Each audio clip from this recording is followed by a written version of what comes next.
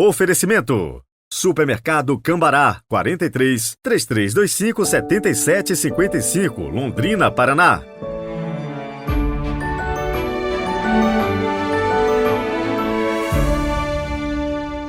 Bom dia, sejam muito bem-vindos ao nosso podcast Evangelho do Dia. Hoje é terça-feira, 17 de janeiro de 2023.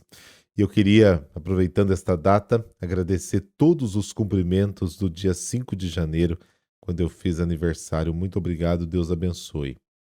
E, há exatos 19 anos, eu estava sendo ordenado padre na Catedral Imaculada Conceição, em Jacarezinho, Paraná. 19 anos passaram depressa demais e hoje quero pedir um presente para você. Nos ajude a divulgar os nossos canais de podcast, YouTube Peregrinos do Rossio e Spotify Evangelho do Dia. Siga, comente, deixe a sua avaliação, compartilhe com seus grupos. Siga também no Instagram, padre.heriberto, e vamos juntos, eu e você, espalhando o Evangelho por aí. E tem coisa mais gratificante do que isso? Rezemos.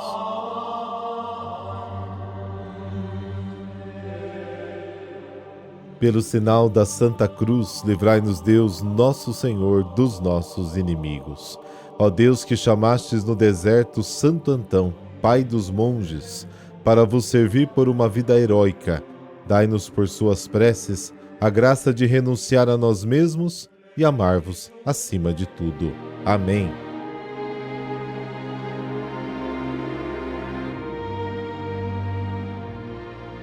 Marcos, capítulo 2, versículos de 23 a 28. O Senhor esteja convosco, Ele está no meio de nós. Proclamação do Evangelho de Jesus Cristo segundo Marcos. Glória a vós, Senhor.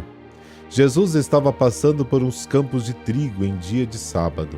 Seus discípulos começaram a arrancar espigas enquanto caminhavam. Então os fariseus disseram a Jesus: Olha, por que eles fazem em dia de sábado o que não é permitido?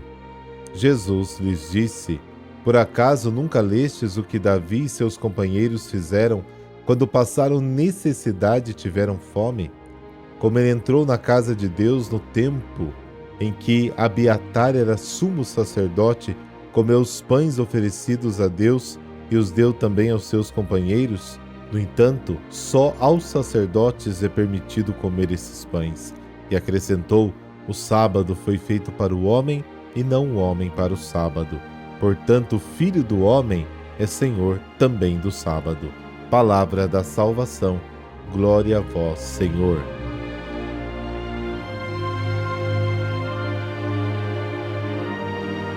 Lemos no livro do Deuteronômio, capítulo 5, versículos de 12 a 15. Guarda o dia de sábado para santificá-lo, como o Senhor teu Deus te ordenou. 6 dias trabalharás e farás todo o teu trabalho, mas o 7º dia é sábado para o Senhor teu Deus. Não faças trabalho nem tu, nem teu filho, nem tua filha, nem teu servo, nem tua serva, nem teu boi, nem teu jumento, nem nenhum dos teus animais, nem o estrangeiro que está dentro das tuas portas, para que o teu escravo e a tua escrava descansem contigo. Lembra-te de que foste escravo na terra do Egito, e que o Senhor teu Deus te tirou dali com mão forte e braço estendido.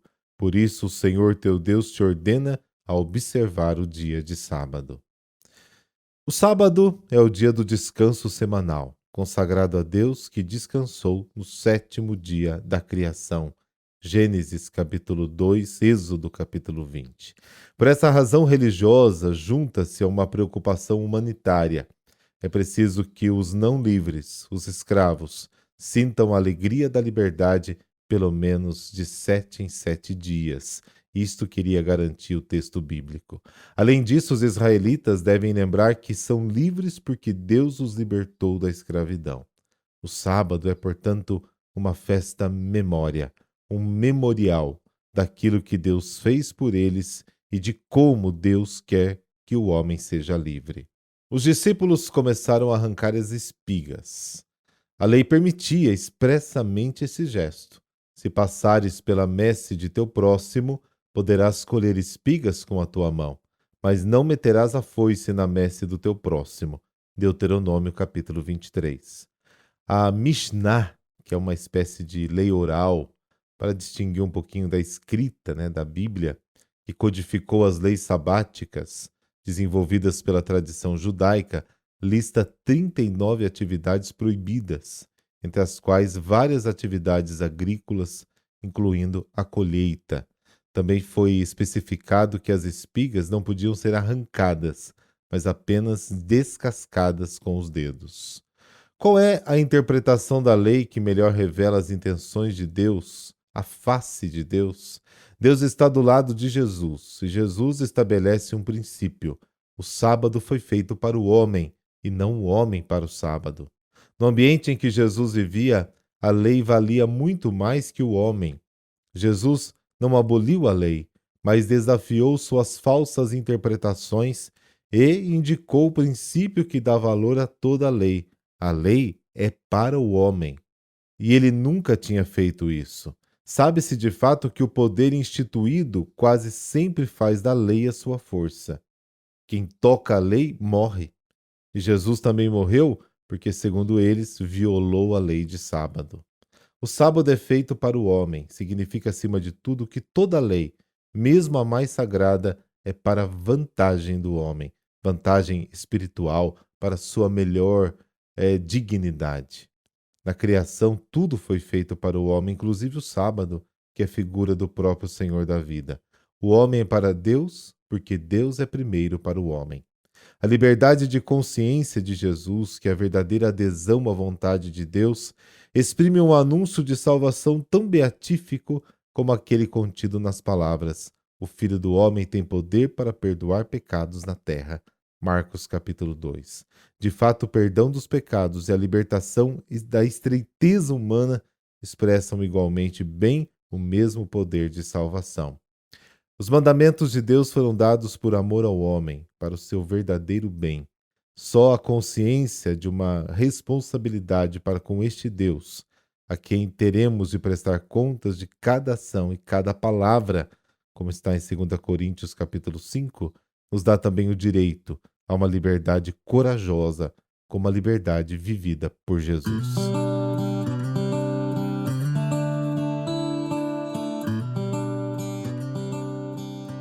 Hoje a igreja celebra Santo Antônio do Deserto, ou simplesmente Santo Antão.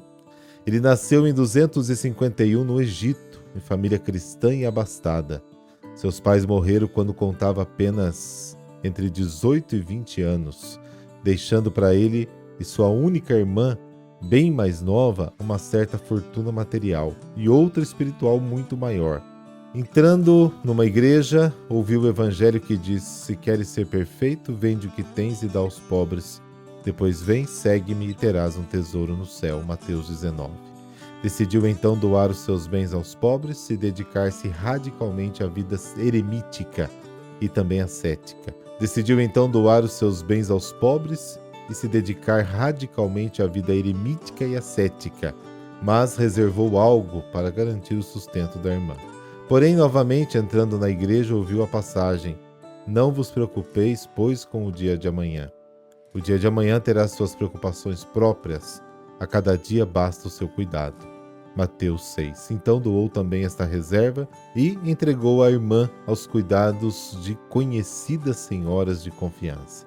Era comum aos que procuravam a vida eremítica retirar-se para alguma região isolada próxima da cidade onde habitavam, e assim fez Antão. Procurou, contudo, aprender sobre este tipo de vida visitando outros ascetas, só voltando para o seu retiro depois de absorver ensinamentos espirituais.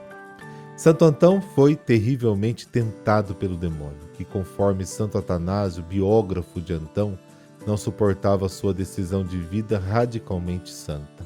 Inicialmente, o diabo tentou fazê-lo abandonar a vida ascética, com a recordação da sua irmã, dos seus bens, da sua mesa, e também das coisas agradáveis da vida, mas nada conseguiu. Depois foram as tentações do prazer sensual, quando o diabo chegou a aparecer como mulher durante a noite. Antão permaneceu casto, perseverando na oração, jejuns, mortificações, e decidiu mudar-se para os sepulcros de um cemitério próximos à aldeia, numa região, portanto, mais afastada. Ali vários demônios o açoitaram selvagemente numa noite, de modo que Antão ficou no chão, sem fala por causa da dor. Assim o encontrou um parente seu, e no dia seguinte, ao lhe levar pão, e o transportou para a igreja da aldeia, onde ficou prostrado como morto até a noite seguinte. Antão pediu para ser levado de volta ao sepulcro, e depois de rezar, ainda deitado pela fraqueza, gritou ao diabo que estava de volta, não acovardado com os golpes. Os demônios retornaram agora sob a forma de animais ferozes, que o ameaçavam, mas ele debochou deste ataque, afirmando que se de fato tivessem poder sobre ele, bastaria que viesse um só deles. Então, um raio de luz baixou pelo teto sobre Antão e os demônios sumiram. Antão, já sem dores, levantou-se e rezou com o corpo mais forte do que antes. Depois disso, ele se retirou para um deserto, mas sua santidade atraía discípulos, e muito procurado, internou-se ainda mais no ermo, numa gruta. Ainda assim, formou-se ao seu redor uma comunidade cenobítica, onde cada monge vivia sozinho e isolado, mas em contato e sob a sua direção espiritual. Pela terceira vez, Antão aprofundou-se no deserto, há 3 dias de caminhada, vivendo completamente só por 18 anos. E novamente vieram discípulos. Então ele compreendeu que a caridade é superior à solidão e à própria oração. De toda forma, sempre que novos discípulos perguntavam por ele no cenóbio, a resposta era procurar a pessoa mais alegre, sorridente e espontânea do local. Austero consigo mesmo, ele era extremamente afável com os irmãos. Apesar da busca de vida solitária, Antão nunca deixou de ajudar pessoalmente os demais. Assim, durante a perseguição de Diocleciano, foi a Alexandria para apoiar a fé dos cristãos e, se necessário, ser martirizado. Aí voltou para combater os arianos sem auxílio do amigo Santo Atanásio, perseguido por esses hereges. Santo Antão morreu no dia 17 de janeiro de 356, com 105 anos, e é considerado o pai do monaquismo cristão. Senhor, concedei-nos pela intercessão de Santo Antão o desejo sincero de buscar no silêncio da alma a vossa vontade para a nossa vida e a radicalidade de segui-la, bem como a fortaleza contra todas as tentações e intimidações do demônio, que normalmente se manifestam das formas mais sutis e agradáveis. Por nosso Senhor Jesus Cristo, vosso Filho, na unidade do Espírito Santo. Amém. Por intercessão de Santo Antão, dessa bênção de Deus Todo-Poderoso, Pai, Filho, Espírito Santo. Amém. Ótima terça-feira para você e não se esqueça do meu presente, principalmente a sua oração. Até amanhã.